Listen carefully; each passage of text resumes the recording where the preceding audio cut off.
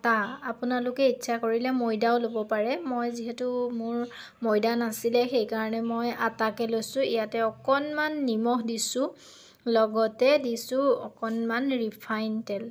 এইখিনি মই গৰম পানী অকণমান কৰি লৈছোঁ। এইখিনি ভালদৰে মঠি ল'ম, কমকৈ যিমান পানী অনুসৰে দি আটাৰ অনুসৰে পানী দি মই ভালদৰে মঠি ল'ম। মঠি লৈ পেলাই এয়া দেখিছেনে, নাৰিকল এটাও ৰুকি লৈছোঁ মই। সৰু নাৰিকল এটা মই ৰুকি লৈছোঁ। এতিয়া মই এই নাৰিকল ৰুকাখিনি ভালদৰে ভাজি ল'ম। এই নাৰিকল ৰুকাখিনি মই ভাজি ইয়াতে মই আপোনালোকে ঘিউ ইচ্ছা কৰিলে ঘিউ দিও ভাজিব পাৰে, মই বাৰু ঘিউ দিয়া নাই। এইখিনি ভাজি লৈছোঁ মই। ইয়াতে অকণমান চেনি দি দিছোঁ। এয়া দেখিছেনে, মই পুৰি নিচিনাকৈ সৰুকৈ বেলি লৈছোঁ। বেলি পেলাই ইয়াতে মই এতিয়া অকণমান পানী লগাই লৈছোঁ। তেতিয়া ভালদৰে বন্ধ হৈ যাব। এই বন্ধ কৰি মই লাহে লাহে হাতেৰে হেঁচি বন্ধ কৰি লৈছোঁ। লৈ পেলাই মই এতিয়া এই তেলখিনি গৰম কৰিয়ে আছিলোঁ।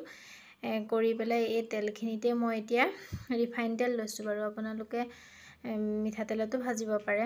মই এই পিঠাকেইটা এটা এটাকৈ গোটেইকেইটা পিঠা ভাজি লওঁ। ইয়াত দেখিছেনে, দিয়াৰ লগে লগে কি ধুনীয়াকৈ অকণমান জুইটো কমাই দিব, তেতিয়া ভিতৰৰখিনিও ভালদৰে সিজি যাব।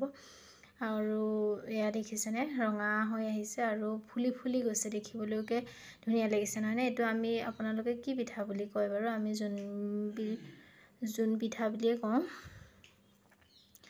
আপোনালোকে কি পিঠা কয় ক'বচোন, জনাবচোন। আৰু খায়ো ভাল লাগে, নাৰিকল দিয়া থাকে যিহেতু। এয়া দেখিছেনে, মোৰ এয়া এটা এটাকৈ কাঢ়ি আছোঁ আৰু এটা এটাকৈ বনাই আছোঁ।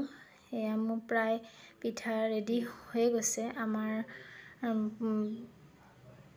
পিঠা প্ৰায় ৰেডি হৈ গৈছে আৰু সকলোৱে বনাই। আজি মই বনালোঁ যিহেতু ভাবিলোঁ আপোনালোককো দেখাওঁ। মোৰ এয়া পিঠা ৰেডি হৈ গ'ল।